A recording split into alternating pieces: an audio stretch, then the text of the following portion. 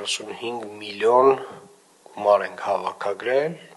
ի համեմատություն դրա նախորդ երկու շաբաթների, որը խոսում է այն մասին, որքան էլ որ որոշակի անհարմարություններ մեր նոր մեթոդը ստեղծում է, այնուամենայնիվ հավաքագրման տեսանկյունից եւ կարգապահության տեսանկյունից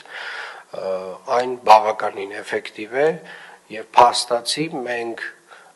նախկինում չվճարող անձանց հաշվին, նրանց վճարելու հաշվին մոտավորապես 8 նոր ավտոբուսի գումար ենք հավաքել 2 շաբաթվա ընթացքում, հարգելի գործընկերներ, ուզում եմ այս թվերը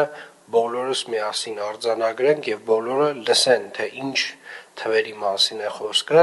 եւ նորից կրկնեմ բոլոր այն մարդիկ, ովքեր որ բողոքում են, որ տրանսպորտի քանակը քիչ է, պետք է ֆիքսեն, որ նաեւ եթե իրենք չէին վճարում նախկինում, իրենք նաեւ կարելի ասել սպասարկում էին այդ օրակարգը, որ տրանսպորտը շուտ չավելանա քաղաքում։ Իսկ մենք այս պահին ունենք գալի 45 տրոլեյբուսներ, ուր են հասել մեր տրոլեյբուսները, պարոն Էվոյան։ Տրոլեյբուսների վերջնական այս պահին թարմացված ինֆորմացիա չկա, բայց պետք է որ Ռուսաստանի տարածքում լինեն։ Շատ լավ, այսինքն մոտակա շաբաթների ընթացքում սպասում են 45 նոր տրոլեյբուսներ եւ արդեն 170